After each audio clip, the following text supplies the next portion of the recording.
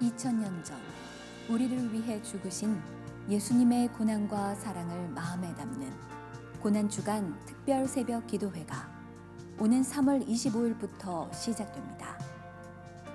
이번 특별 새벽 기도회는 십자가, 우리를 향한 사랑의 걸음이라는 주제로 3월 25일 월요일부터 29일 금요일까지 매일 오전 5시 30분 부평성전과 주안성전 그리고 송도 예배처에서 진행되며 주승중 위임 목사께서 말씀을 전하십니다. 또한 3월 29일 금요일 오후 8시에는 성금요일 특별 예배로 예수, 하나님의 어린 양이 드려집니다. 예수님의 고난에 동참하며 십자가의 놀라운 사랑으로 나아가는 2024년 고난주간 특별 새벽 기도회와 성금요일 특별 예배가 되기를 소망합니다. This is my destiny. This is my hope eternal. To be conformed into the image of love. This is my purpose. This is my high. 예루살렘 성벽 제거는 한 사람이 해낸 일이 아닙니다. 하나님 안에서 수많은 성도들의 눈물과 기도로 세워진 주안장로교회. 우리가 이제 첫 분립교회 계양주안교회를 파송합니다. 계양주안교회를 위하여 특별 헌금으로 연보하고자 하오니 하나님의 나라가 확장되는 놀라운 역사에 동참해 주십시오. 다른 이의 소명이 아닌 우리의 소명, 다른 교회가 아닌 우리의 교회, 계양주안교회. Where I live to see your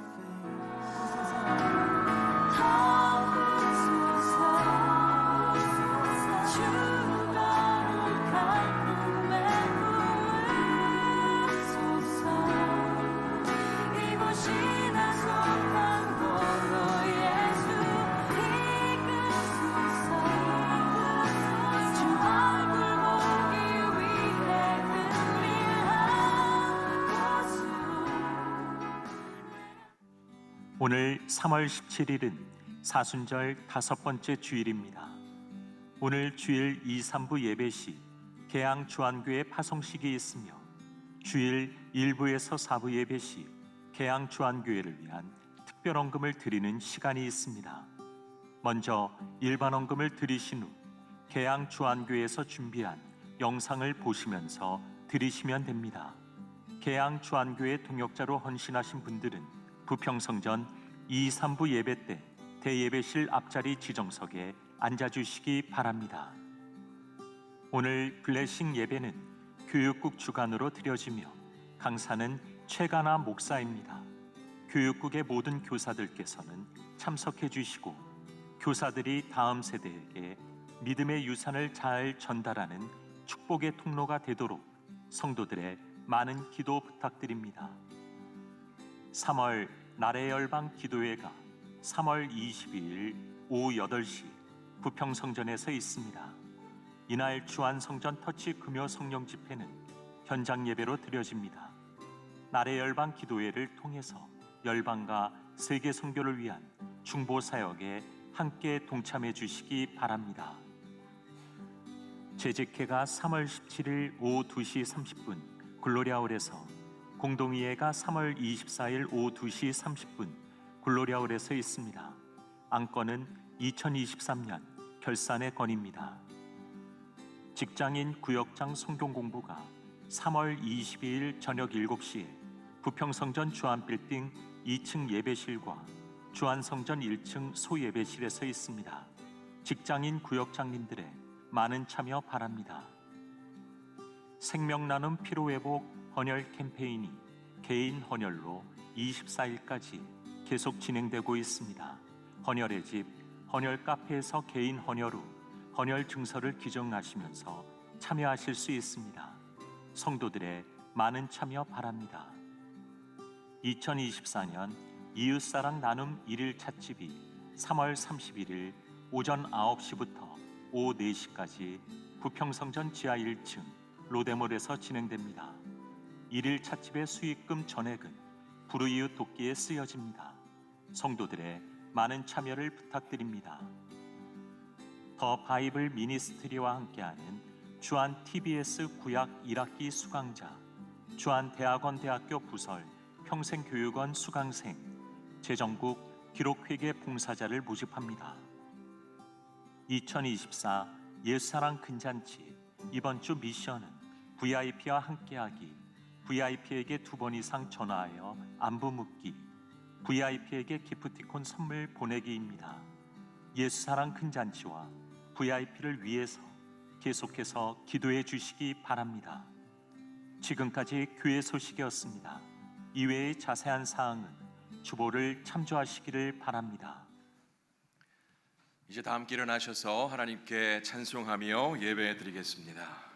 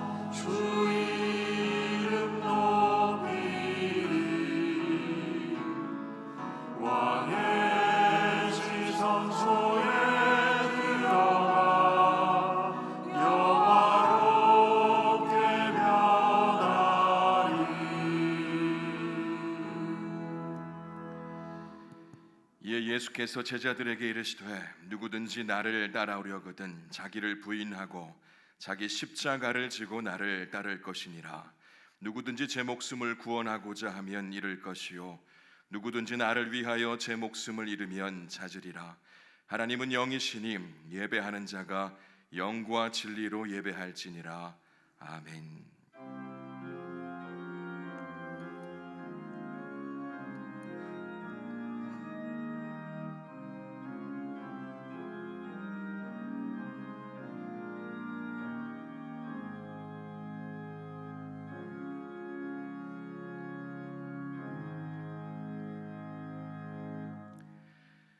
골고다의 십자가가 눈앞으로 다가와 있는 사순절 5번째 주일, 주의 은혜로 구원받은 성도들이 겸손한 마음으로 주님 전에 나왔습니다.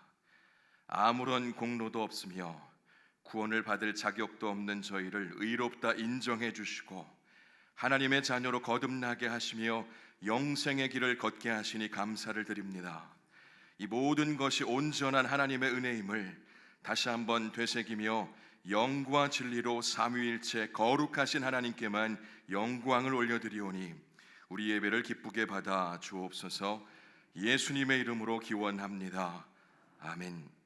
이제 우리 다 함께 주안의 기도를 드리겠습니다. 우리가 자비하신 하나님께 나아갈 때 하나님께서는 2팔 벌려 우리를 안아주시고 우리의 모든 상처와 질병과 죄책감과 죄악을 받아주십니다. 우리를 사랑하시는 하나님께 수고하고 무거운 짐을 내려놓읍시다.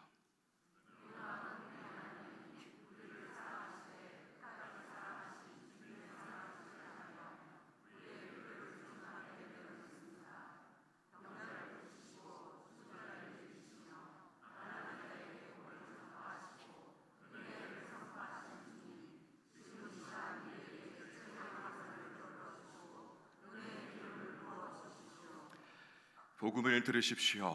그가 내 모든 죄악을 사하시며 내 모든 병을 고치시며 내 생명을 파멸에서 속량하시고 인자와 긍휼로 관을 씌우시며 좋은 것으로 내 소원을 만족하게 하사 내 청춘을 독수리같이 새롭게 하시는도다. 아멘. 이 시간 말씀을 의지하며 침묵 가운데 우리의 모든 상처와 질병과 수고하고 무거운 짐을 주님 앞에 내려놓으며 기도하겠습니다.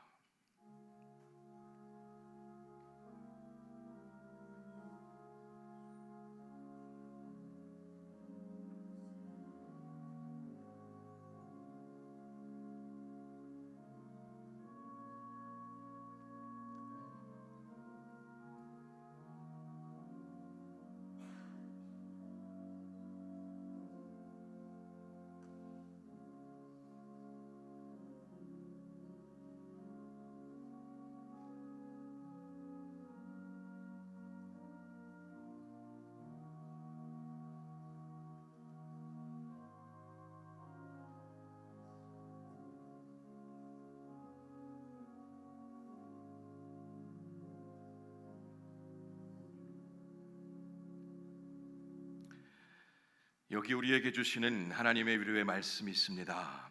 만일 우리가 우리 죄를 자백하면 그는 미쁘시고 의로우사 우리 죄를 사하시며 우리를 모든 불의에서 깨끗하게 하실 것이요. 아멘. 이제 다 함께 자리에 앉으셔서 계속 기도하겠습니다. 은혜의 하나님, 자격 없는 저희를 십자가 사랑으로 구속하여 주시고 하나님 자녀의 신분으로 이 땅 살게 하시니 감사를 드립니다. 주님, 사순절 기간 십자가의 신비를 더 깊이 깨닫기를 원합니다. 십자가에서 보여주신 주님의 사랑과 섬김을 기억하며 이기적인 삶의 자세를 버리고 하나님의 선하신 뜻을 분별하는 삶, 사랑과 섬김의 삶을 이루게 하여 주옵소서. 위로의 하나님, 육체의 약함으로 고난 중에 있는 이들을 긍휼히 여겨주시고 치유하여 주시기를 원합니다. 인생의 시련으로 근심하며 소망을 잃어버린 이들에게 주님의 능력으로 함께 하시고 살아갈 길을 열어 주옵소서. 고난 속에서 함께 하시고 도우시는 하나님의 손을 붙들며 환난과 궁핍에 맞설 수 있는 새 힘을 주옵소서. 교회의 머리가 되시는 하나님, 조안교회가 생명을 낳는 교회가 되게 하시니 감사드립니다. 분립개척교회의 모든 예배를 통하여 살아계신 하나님을 경험하게 하시고 생명을 살리는 분립개척교회가 될 수 있도록 은혜를 베풀어 주옵소서. 또한 성령의 역사하심 속에 준비하는 예수사랑 큰잔치가 우리의 심령이 복음으로 충만하게 되는 놀라운 시간, 많은 영혼들이 하나님의 크신 사랑을 경험하게 되는 놀라운 기쁨의 잔치가 되게 하여 주옵소서. 하나님 아버지, 이 시간 우리에게 귀한 하나님 말씀을 듣게 하시니 감사를 드립니다. 오늘 말씀 증거하실 지정기 목사님에게 성령 충만함으로 함께하여 주셔서 주님의 말씀을 온전히 대언하실 수 있도록 능력을 더하여 주시고 듣는 우리의 마음 안에도 역사하여 주셔서 주의 말씀을 받아 누릴 수 있도록 인도하여 주옵소서. 감사하오며 이 모든 말씀 우리 주 예수 그리스도의 이름으로 기도드립니다. 아멘.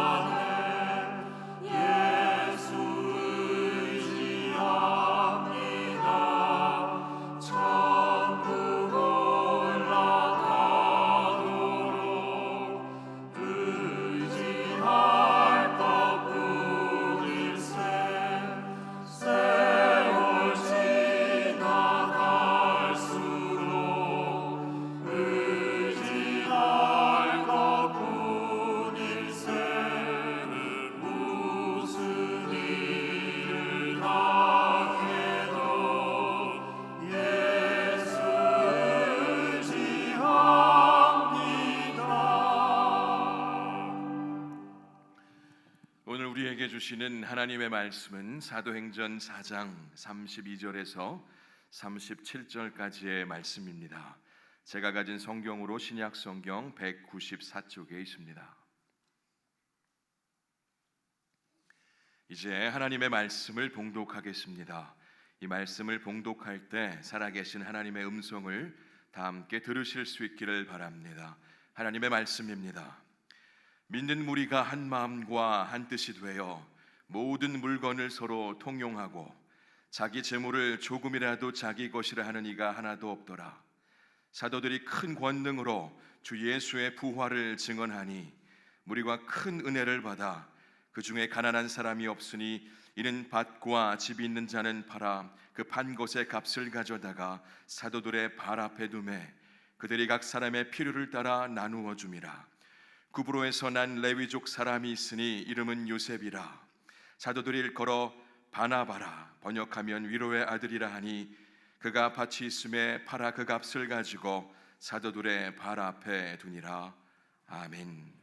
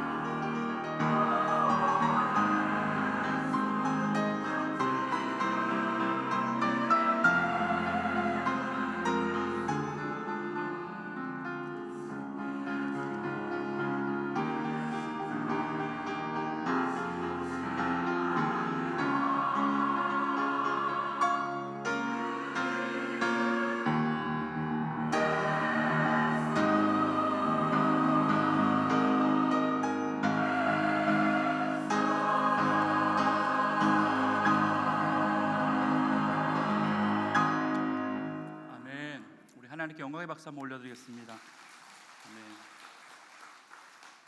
그 예수 그리스도의 이름의 능력이 저와 여러분을 살릴 줄 믿습니다. 옆에 분하고 인사하겠습니다. 예수 그리스도의 능력이 여러분을 살릴 것입니다. 아멘.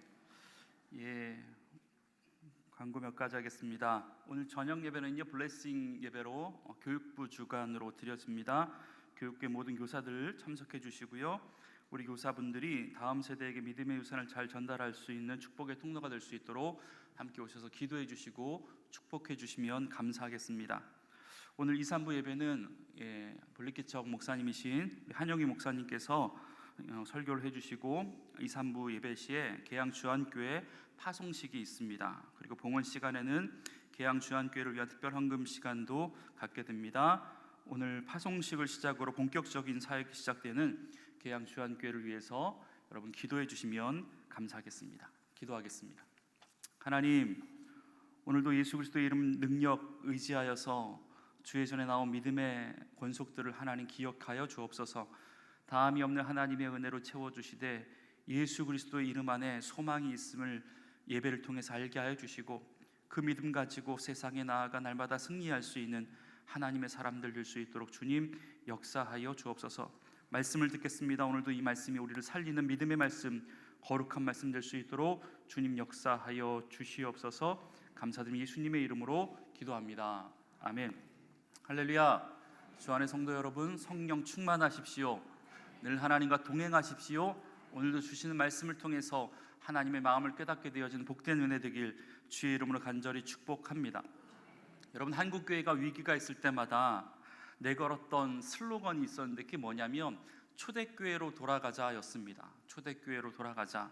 그러니까 한국교회뿐만 아니라 이 땅에 존재하고 있는 교회가 나름대로의 지향점이 있었고 롤모델, 닮고 싶은 교회가 있었는데 다른 교회가 아니라 초대교회였다라는 겁니다. 그렇다면 초대교회의 어떤 모습을 그렇게 닮고 싶었을까?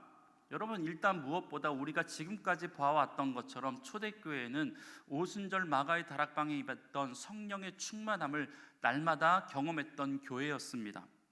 우리가 몇 주간 계속해서 보았지만 이 성령 충만함을 통하여서 이 초대교회 성도들은 그들의 삶 가운데 세상을 두려워하지 않고 날마다의 삶 가운데 복음을 증거하는 귀한 하나님의 사람으로 변화되었다라는 거예요. 이 성령 충만함이 제자들의 삶과 그들을 따르는 성도들의 삶을 송두리째 바꿔 놓았습니다. 여러분, 그런데 이 성령 충만함의 결과는 여기에 그치지 않았습니다. 오늘 본문 처음부터 끝까지는요, 그 성령 충만함의 결과로 또 다른 어떤 현상들이 초대교회 안에 나타났다라고 말씀하고 있는데 그게 뭐냐면 재물에 대한, 즉 돈에 대한, 자신의 재산에 대한 새로운 태도가 성도들의 삶 가운데 생겼다라는 겁니다. 여러분, 어떤 태도일까? 사실 요즘은 부부 사이에도 각자의 재산을 공유하지 않는 분들이 있다는 이야기를 들었습니다. 여러분, 그것뿐입니까? 부모와 자식 간에도 마지막까지 통장을 나누지 않는 것이 원칙이라는 겁니다. 재산 있으면 빨리빨리 자녀들에게 나누어주는 게 서로를 위해서 좋은 겁니까? 그렇게 생각하지 않습니다. 다들 말리죠. 왜요? 슬프지만 말 안 해도 우리가 다 그 이유를 알고 있습니다. 여러분, 그런데 초대교회 안에는 가족도 아닌 피 한 방울 섞이지 않았던 남들에게 자신의 것들을 자신의 것이라고 주장하지도 않고 서로가 서로에게 나누는 모습들이 교회 안에 생겼다라는 겁니다. 32절의 말씀, 믿는 무리가 한 마음과 한 뜻이 되어 모든 물건을 서로 통용하고 자기 재물을 조금이라도 자기 것이라고 하는 이가 하나도 없더라. 여러분, 그들이 한 마음과 한 뜻으로 행했던 행동이 뭐였냐면 내 소유를 내 것이라고 하지 않았다라는 거예요. 자기 주머니에 분명히 있는데 그걸 내 거라고 하지 않는데요. 여러분, 이게 초대교회에 있었던 교인들의 모습이었다라는 거예요. 보세요. 여러분, 이게 아이패드라는 거거든요. 이게 누굴 걸까요? 제 거죠, 제 거. 가까이 오면 안 보여. 내 거라는 의미는요, 내가 이것을 의지대로 사용할 수 있다라는 거죠. 그런데 함께 사역하고 있는 뒤에 계신 전 목사님이 이렇게 모여서 회의석상에서 회의를 하는데 제 걸 이렇게 만지작거리는 거예요. 예를 들어서 그럼 제가 뭐 만진다고 뭐라고 하겠습니까? 그냥 놔두겠죠. 그런데 시간이 지나다 보니까 여기 있는 펜을 이렇게 꺼내서 어플을 작동시키고 그 안에 뭔가 메모를 하는 거예요. 그리고 이것저것 이렇게 보는 겁니다. 여러분, 그때 제가 뭐라고 이야기할까요? 제가 뭐라고 이야기하겠습니까? 목사님 그거 제 거예요. 이렇게 얘기하겠죠.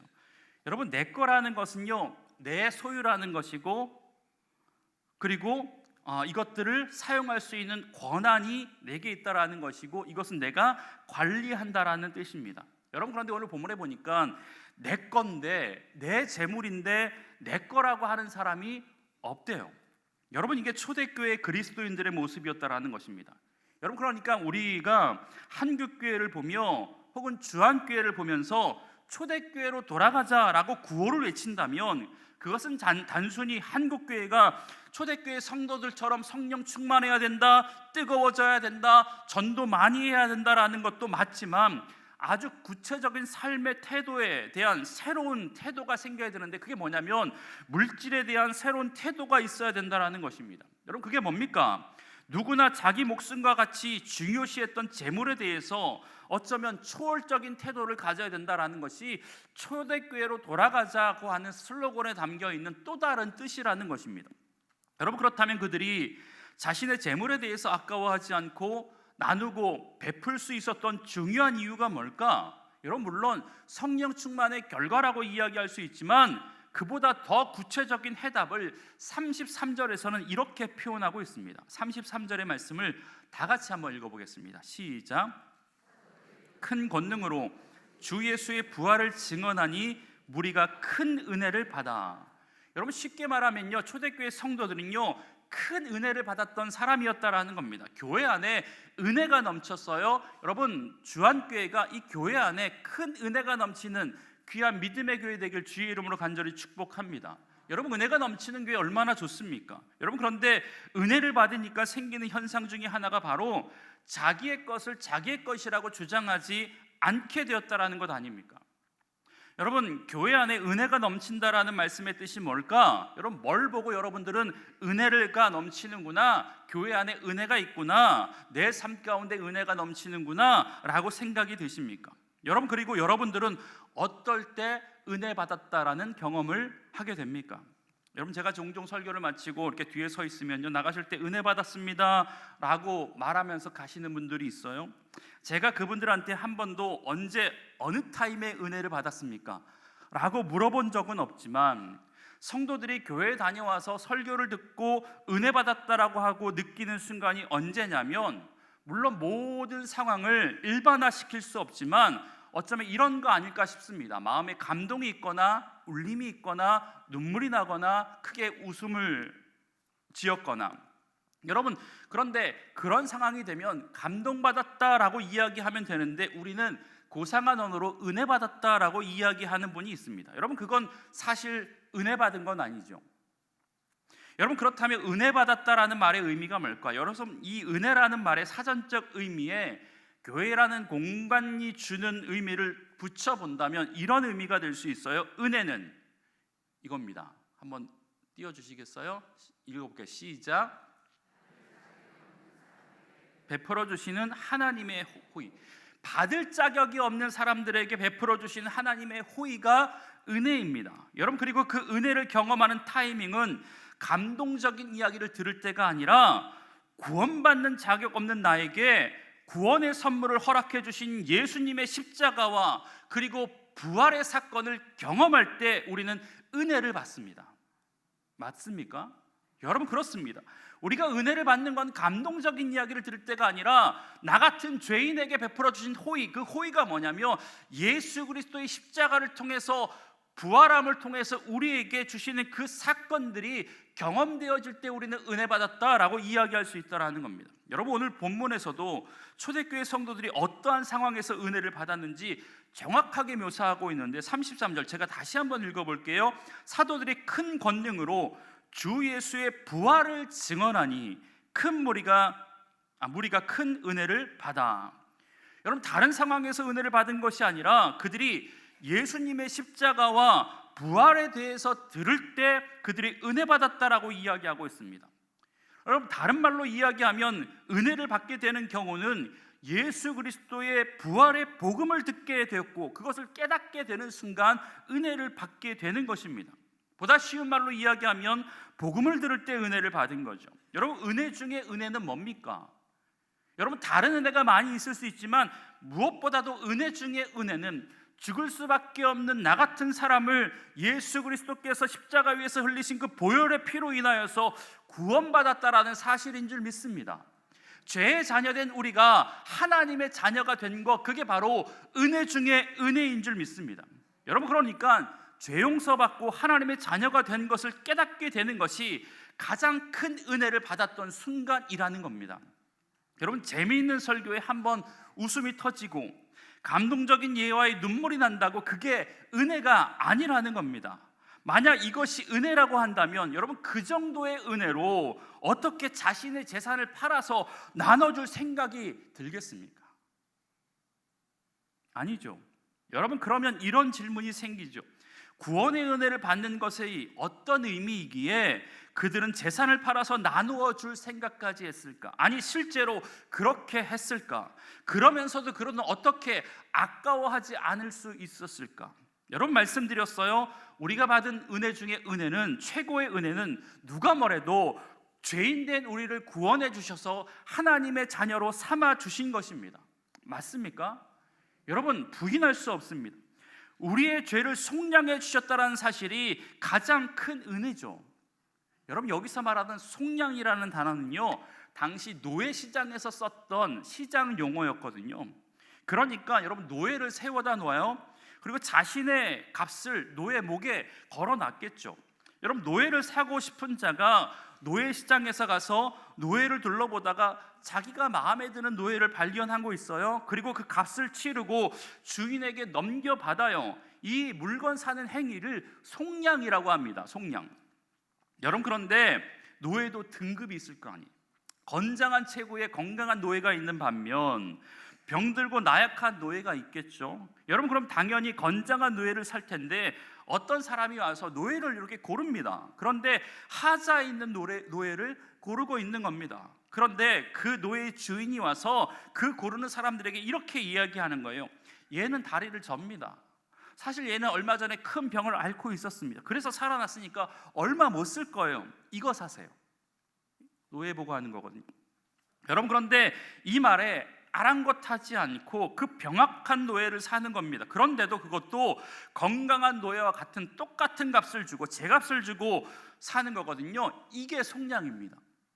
값을 지불해서 사는 거, 그게 속량이라는 거예요.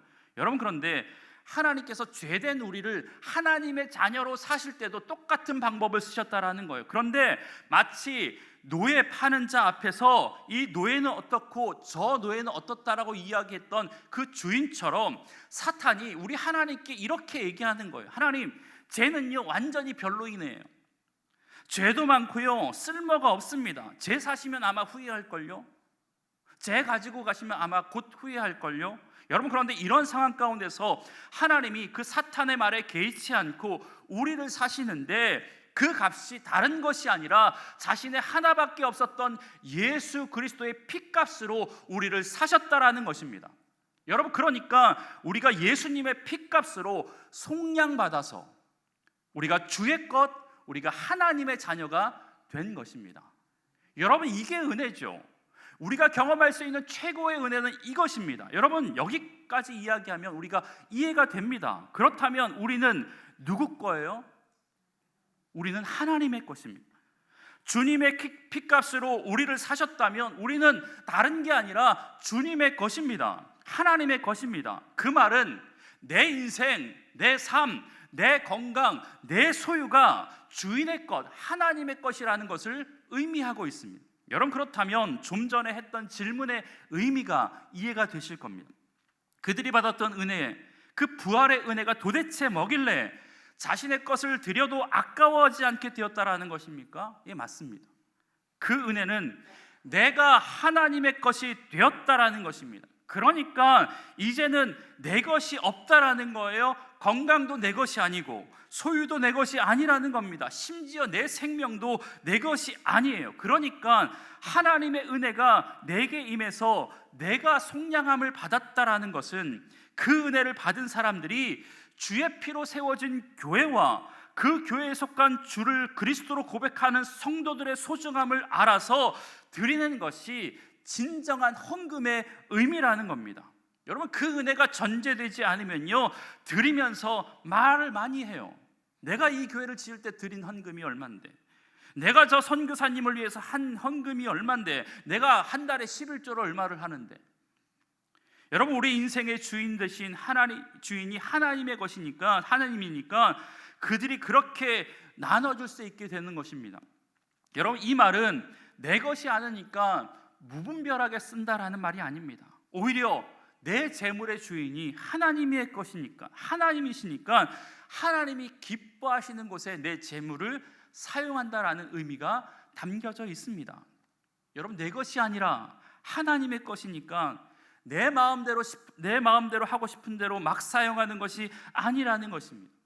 무분별하게 과소비하지 않게 되고, 무분별하게 불건전한 향락을 위해서 사용하지 않게 되고, 하나님의 입장에서 이것이 꼭 필요한 것인가를 한 번 더 고민하면서 하는 소비 습관이 우리 가운데 생긴다라는 것입니다. 여러분, 이해가 되시죠? 그들은 성령 충만했고 십자가의 은혜로 하나님의 자녀가 된 것을 막연히 안 것이 아니라 그것을 깨닫게 되고 경험하게 되니까 그들의 삶의 주인 되시는 하나님이 기뻐하시는 삶이 무엇인가 고민하게 되었더라는 것입니다. 그래서 그들이 할 수 있는 것을 찾은 게 바로 초대교회 안에 있었던 가난한 자, 연약한 자, 부유한 자들에게 부유한 자들이 그들의 것을 팔아서 돕는 일을, 재물을 쓰기로 했다라는 겁니다. 여러분, 그래서 그들이 했던 일이 뭡니까? 32절에서는 이렇게 이야기했어요. 모든 물건을 서로 통용하고 자기의 재물을 조금 더 자기의 것이라고 말하는 사람이 없었더라. 34절에서도 이렇게 이야기합니다. 그 중에 가난한 사람이 없으니 이는 밭과 집 있는 자는 팔아 그 판 것의 값을 가져다가 사도들의 발 앞에 두매 그들이 각 사람의 필요에 따라 나누어 줌이라. 여러분, 은혜를 받으니까 자신의 물건을 내놓아서 나누어 주는데 그것을 자기 것이라고 이야기하는 사람이 한 명도 없대요. 자기가 내놓았다고 자랑하는 사람도 없었고, 그러니까 그 교회 공동체 안에는 가난한 자가 없었더라라고 성경은 분명하게 말씀해주고 있다라는 겁니다. 여러분, 얼핏 보면 공산주의랑 같이 보입니다. 그런데 질적으로 아주 다르죠. 여러분, 사실 공산주의자들이 함께 잘 사는 이상적인 나라를 만들기 위해서 모델을 찾은 게 바로 이 초대교회 모습이라고 이야기합니다. 여러분, 그런데 공산주의와 이 초대교회와의 가장 큰 차이점은 자발성과 강제성입니다. 초대교회 성도들은 어쩔 수 없이 자신의 것들을 나눠준 게 아니라는 거예요. 조금도 자신의 것이라고 하지 않고 모든 물건을 서로 통용하는 새로운 나라를 스스로 만들어가는 겁니다. 여러분, 이것이 바로 하나님이 통치하시는 하나님의 나라라는 것을 몸소 실천하고 보여준 겁니다. 그런 하나님 나라를 만들어가는 한 사람의 예시가 나오는데 바로 우리가 아는 바나바라고 하는 사람입니다. 36절, 구브로에서 난 레위족 사람이 있으니 이름은 요셉이라 사도들이 일컬어 바나바라, 번역하면 위로의 아들이라 하니 그가 밭이 있음에 밭을 팔아 그 값을 가지고 사도들의 발 앞에 두니라. 여러분, 초대교회 안에 자신의 재산을 팔아서 나눔을 실천했던 바나바에 대한 이야기를 하면서 그의 신상에 대해서 이야기합니다. 첫 번째는 그가 구브로 출신이었대요. 두 번째는 그의 본명이 요셉이었대요. 세 번째는 그는 레위 사람이었다라고 이야기하고 있습니다.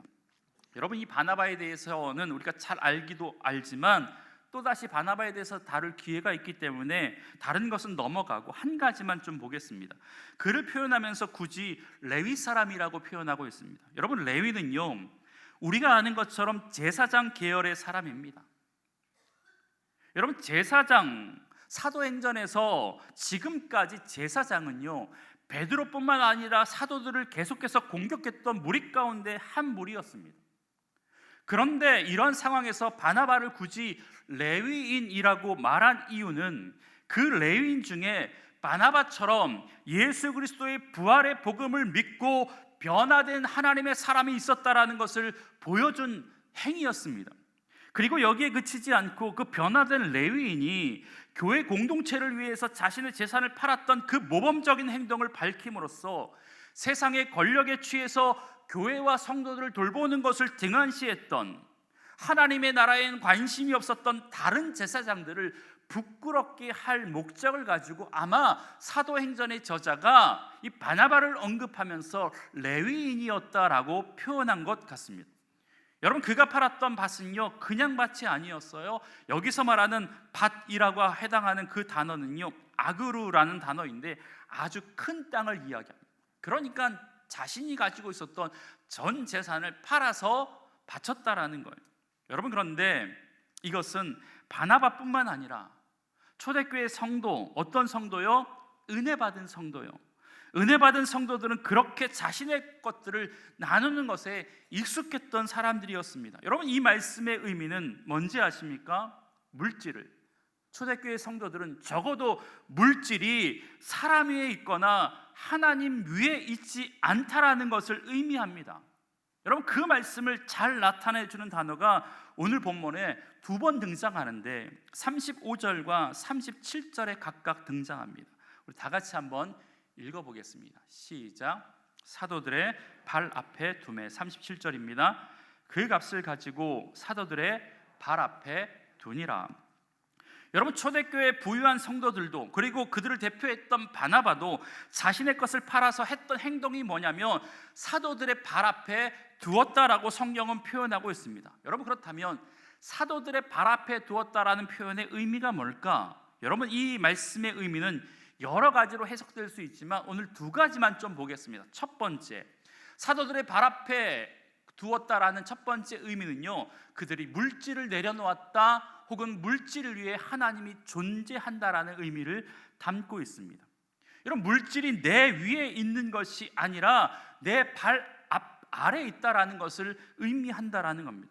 여러분, 현대를 살아가는 우리들에게 물질을 내려놓고 산다라는 것은요, 많은 것이 불편해진다라는 의미이고 포기되어져야 된다라는 의미를 담고 있습니다.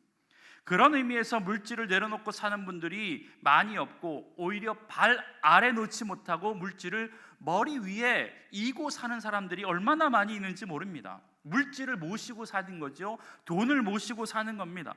더 나아가서 물질을 나보다는 물론이고 하나님 위에 두고 살아가는 사람들이 많이 있습니다. 여러분, 성도라고 교회 다닌다고 그게 다를까요? 그렇지 않습니다. 여러분, 이런 우스갯소리가 있죠. 여성분들이 좋아하는 것 가운데 하나가 뭐냐면 가방입니다. 그것도 명품 가방. 여러분, 명품 한두 개 갖는 게 젊은 우리 청년들의 꿈이거든요. 그래서 그거 하나 가지려고요, 청년들은요 몇 달 동안 아르바이트해요. 적으면 수십만 원, 보통 수백만 원짜리 명품을 사려고 그렇게 노력합니다. 여러분, 명품이라는 것은요 짝퉁이 있다라는 것을 의미하거든요. 짝퉁이 있다라는 것은요 그게 명품이라는 것을 의미합니다. 여러분, 그런데 이 짝퉁과 명품의 차이는 거의 없습니다. 육안으로 그걸 구별해 주지 못합니다. 그러니까 여러분, 명품 살 돈이 안 되고 형편이 못 되는 사람들은요 짝퉁을 사서 명품처럼 들고 다니는 거예요. 옆에 가방 한번 보세요. 짝퉁인지 명품인지 우리의 눈으로는 몰라요. 여러분, 그런데 이게 명품인지 짝퉁인지 구별할 수 있는 방법이 있대요. 그게 뭐냐면 평소에는 모르는데 비가 오는 날 안 돼요. 비가 계속 오는지 모르겠는데, 여러분, 비가 올 때 가방을 머리 위에 올리고 머리가 젖지 않도록 가방을 올리면 그 가방은 짝퉁이고, 비가 오는데 내 머리 빠지는 것은 괜찮은데 가방 젖지 않겠다고 생각하고 가슴에 품고 걸어가면 그거는, 그 가방은 명품이라는 겁니다. 여러분, 가방을 가슴에 품는다라는 의미가 사실 물질이 내가 가지고 있는 어느 것보다 소중하다라는 의미의 표현 아닙니까? 어쩌면 물질과 재산을 자신의 생명보다 더 귀하게 여기는 사람들이 얼마나 많이 있는지 모릅니다. 여러분, 그런데 초대교회 성도들과 그리고 그들을 대표하는 바나바가 자신의 재산을 판 돈을 사도들의 발 앞에 두었다라는 것은요, 그들은 적어도 돈과 물질을, 그 가치를 그저 돈 이상으로 보지 않았다라는 것을 의미합니다. 여러분, 그런데 그렇게 사는 것이 쉽지 않거든요. 심지어 믿음 생활을 한 이유가, 기도를 열심히 하는 이유가, 이 아침에 예배를 빠지지 않고 드리는 이유가 내 사업 잘 되고 내 삶이 형통해지기를 바라는 것 때문인 성도들도 우리 가운데 있을 수 있습니다. 여러분, 이런 성도들은 세상의 다른 사람과 마찬가지로 물질을 내 삶의 위에 두고 심지어 하나님 위에 물질을 두고 살아가는 사람이라고 이야기할 수 있습니다.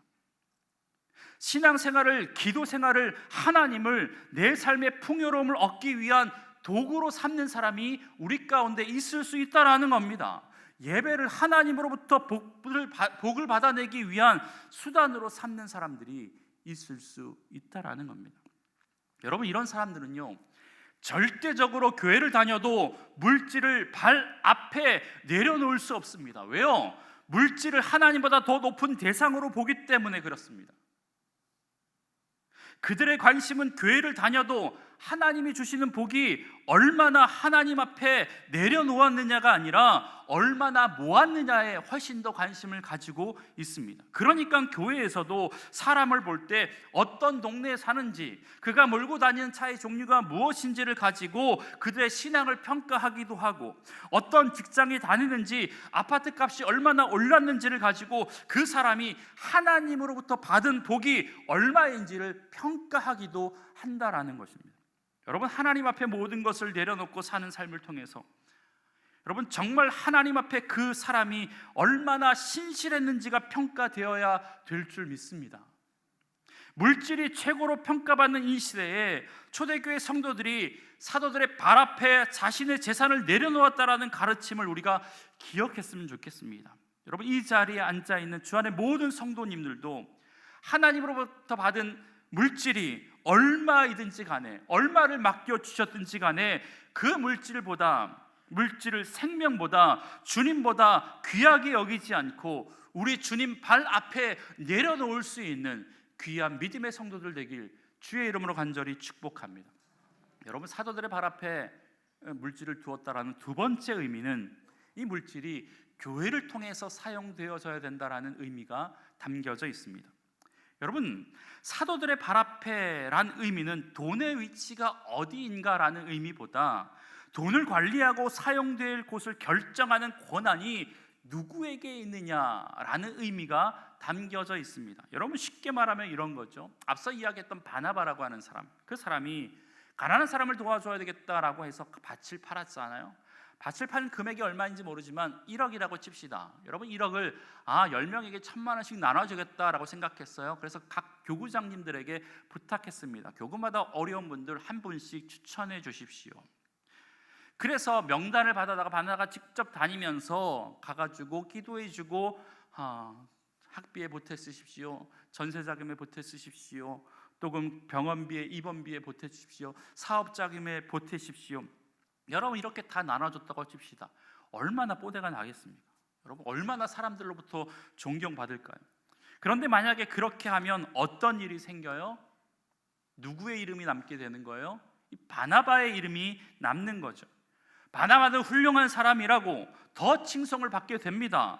기왕 내 돈 가지고 돕는 거면 그렇게 하고 싶은 마음이 왜 없겠습니까? 여러분, 그런데 그들은 그렇게 하지 않고 사도들의 발 앞에 그가 팔았던 모든 재산을 드렸다라는 겁니다. 교회 앞에, 사도 앞에 드렸다라는 것입니다. 여러분, 지금 한국 교회 안에, 우리 교회도 자유로울 수 없지만 이런 경우가 있을 수 있습니다. 헌금을 해도 여러분, 큰 돈은요 그냥 하는 게 아니라 담임 목사님을 찾아가서 헌금하는 거죠.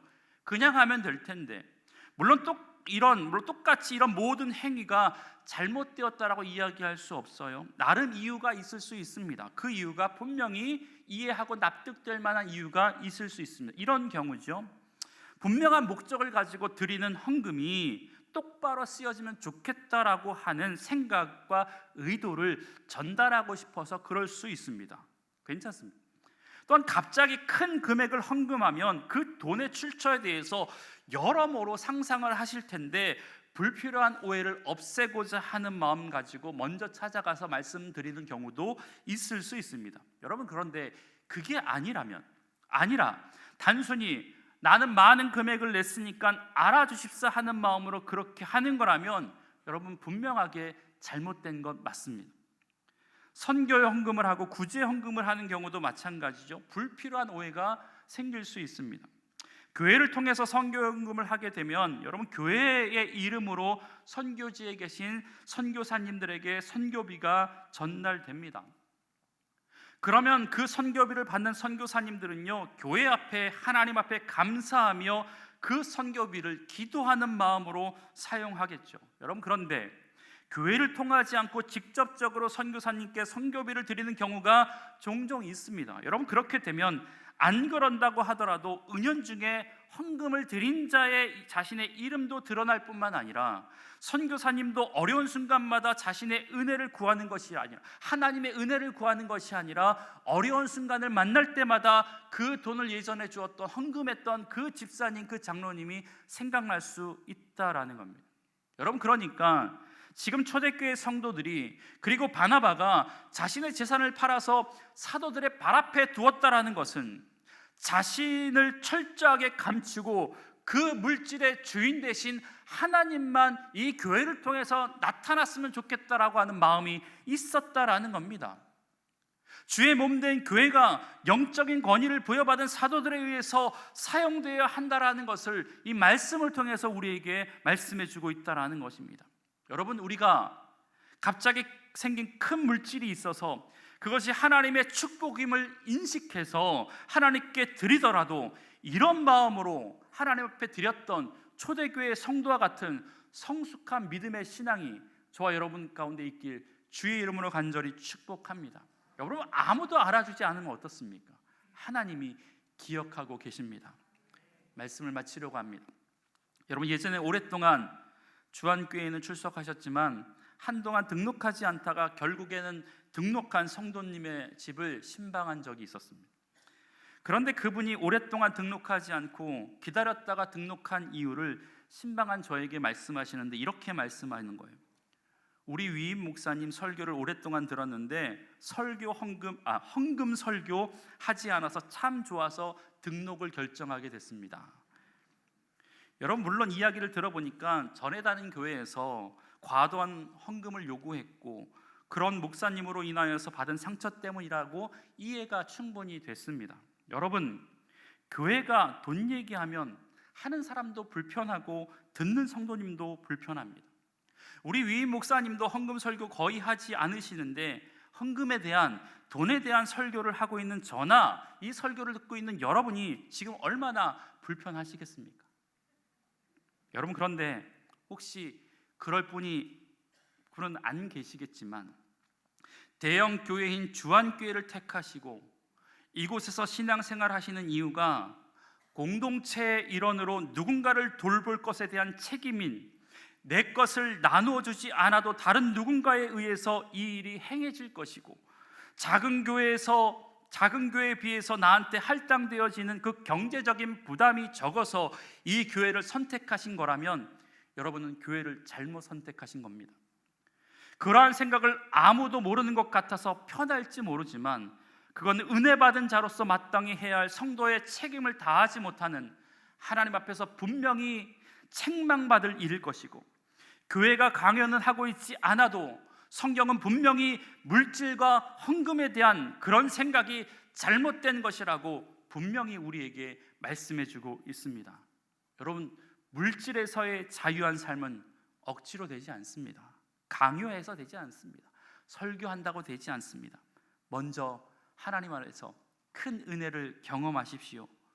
그러면 누가 말하지 않아도 내 삶의 주인이 하나님이시구나, 그렇기에 내 삶의 전부가 하나님 것이구나라는 것을 알게 될 것이고 하나님의 것 내게 맡겼으니 하나님이 기뻐하시는 일에 내게 주어진 것들을 사용하겠다라고 하는 믿음의 결단이 자연적으로 생기게 될 줄 믿습니다. 그 결단과 헌신을 통해서 주안교회가 진정한 초대교회의 모습을 회복함으로 말미암아 하나님이 기뻐하실 그 귀한 일, 어려운 이웃들을 섬기며 주변의 어려운 이웃들을 위해서 내 것들을 나눠줄 수 있는 그런 아름다운 모습이 저와 여러분의 삶을 통해서 일어나길 주의 이름으로 간절히 축복합니다. 기도하겠습니다. 하나님, 우리 주안교회를 초대교회와 같은 믿음의 공동체로 삼아 주시옵소서. 우리가 예배에 나올 때마다 우리를 속량하신 예수 그리스도의 사랑을 깨닫게 하셔서 우리 인생의 주인 되시는 주님을 위해서 우리에게 주신 물질을 아름답게 사용하는 귀한 믿음의 성도들 될 수 있도록 주님 역사하여 주시옵소서. 초대교회 성도들처럼 우리에게 주신 것들을 몸된 교회와 교회 안에 소외되고 연약한 지체를 위해서 기꺼운 마음으로 내어놓을 수 있는 믿음을 허락하여 주시고, 그 아름다운 모습을 통해 하나님 나라를 이 땅 가운데 세워가는 믿음의 교회 될 수 있도록 주님 역사하여 주옵소서. 그 하나님 나라를 만들어가는 데 있어서 여기 앉아있는 주 안의 성도들이 아름답게 사용되어질 수 있도록 주님 은혜를 더하여 주시옵소서. 모든 말씀 예수님의 이름으로 기도합니다. 아멘. 오늘은 특별 헌금을 드리는 날입니다. 먼저 일반 헌금을 드리시고 그 후에 계양 주안교회에서 준비한 영상을 보시면서 계양 주안교회를 위한 특별 헌금을 드리도록 하겠습니다.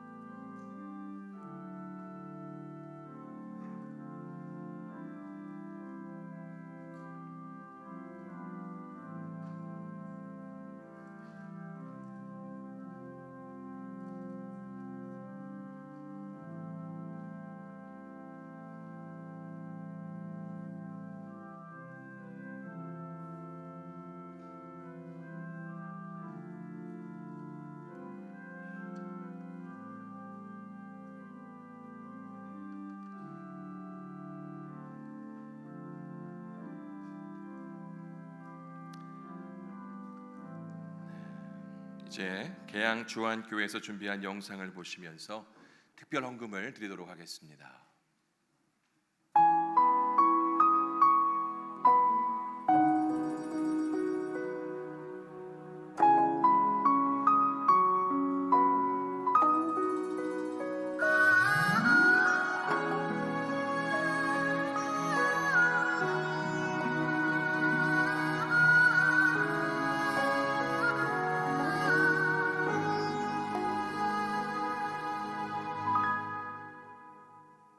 주님이 홀로 가신 그 길 나도 따라가오.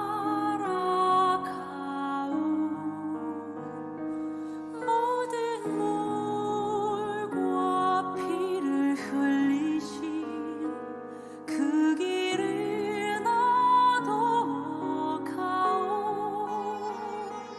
험한 산도 나는 괜찮소. 바다 끝이라도 나는 괜찮소. 죽어가는 저들을 위해 나를 버리길 바라오. 아버지 나를 보내소. 나는 달려가겠소.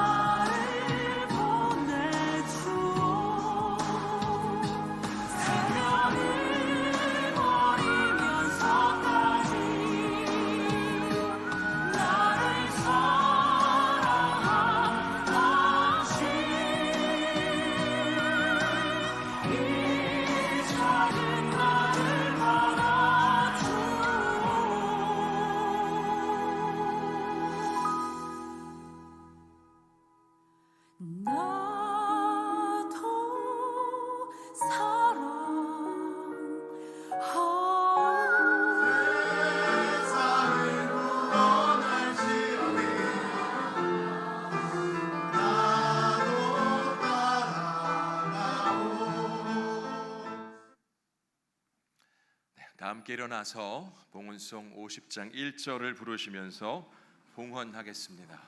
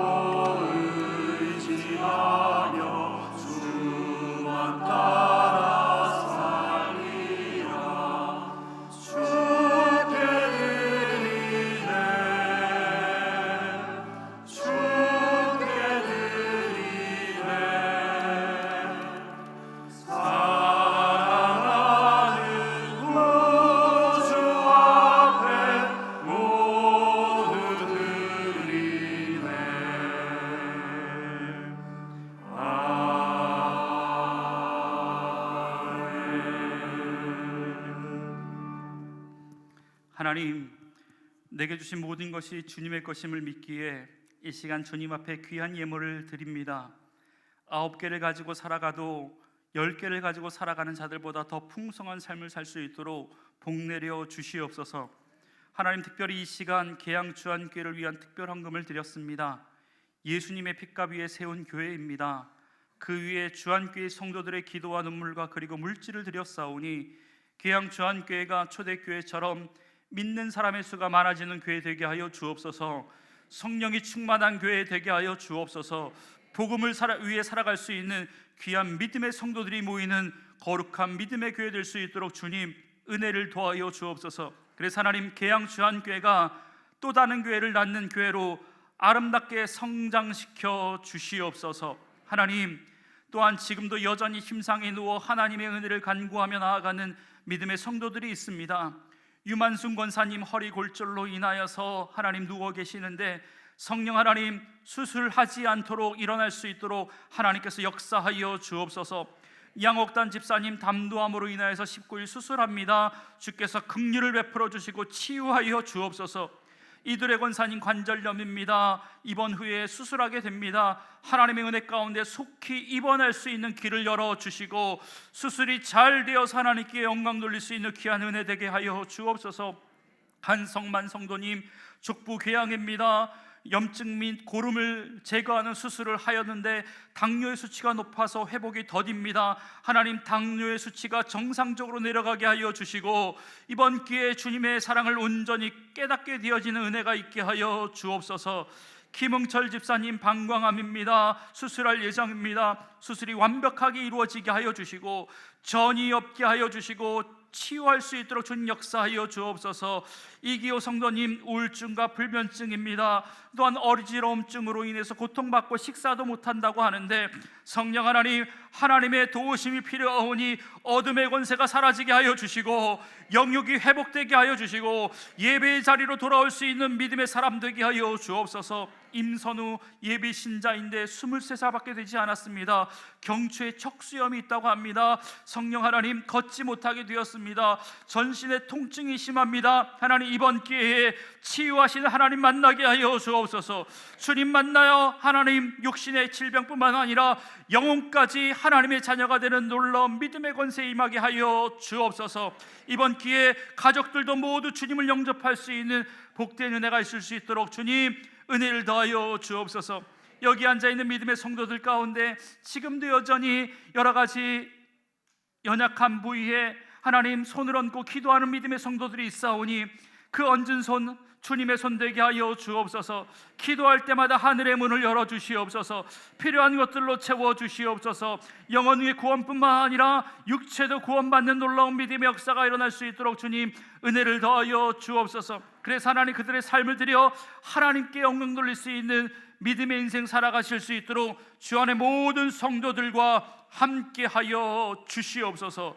감사드리며 예수님의 이름으로 축복하며 기도드리옵나이다. 아멘.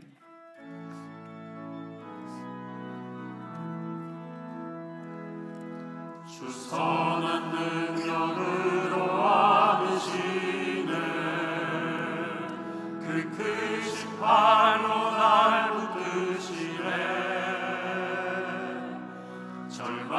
속에도 흔들리지 않고 사랑하는 주 얼굴 보아리. 이전의 괴로움 다 에워싸고 고난의 길을 걷는다 해도 주님께 모두 맡긴 우리 영혼 끝내 승리의 날을 맞으리. 선한 능력으로 선한 능력으로 일어서리. 주만을 지하리 믿음으로. 우리 고대함에 주 오실 그날 영광의 새날을 맞이하리. 선한 능력으로 일어서리. 주만을 지하리 믿음으로. 우리 고대 안에 주 오실 그날 영광의 새날을 맞이하리. 이제는 교회의 머리가 되시는 예수 그리스도의 은혜와 하나님의 극진하신 사랑하심과 연약한 자를 위해 자신의 것을 내어줄 마음 주시는 성령 하나님의 역사하심이 사랑의 나눔을 실천함을 통하여서 하나님 나라를 만들어가기를 소원하는 믿음의 성도들의 머리 위에, 그들의 삶 위에 주안교회와 새로운 하나님의 역사를 시작할 계안 주안교회 위에 지금부터 영원까지 함께 하시길 간절히 축원하옵나이다. 아멘.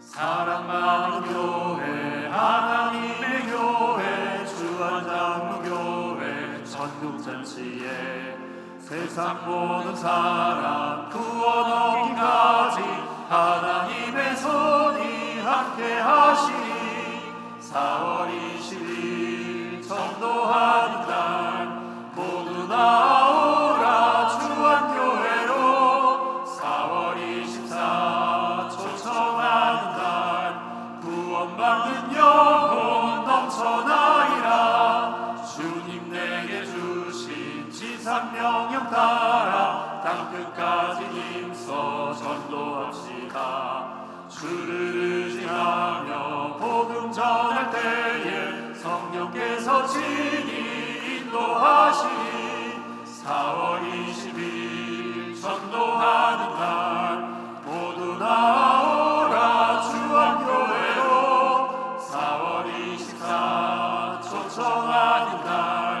구원받는 영혼 넘쳐나리라. 예수랑 큰잔치 구호 준비. 야, 4월 21일 4월 24일 할렐루야 할렐루야 할렐루야 아멘.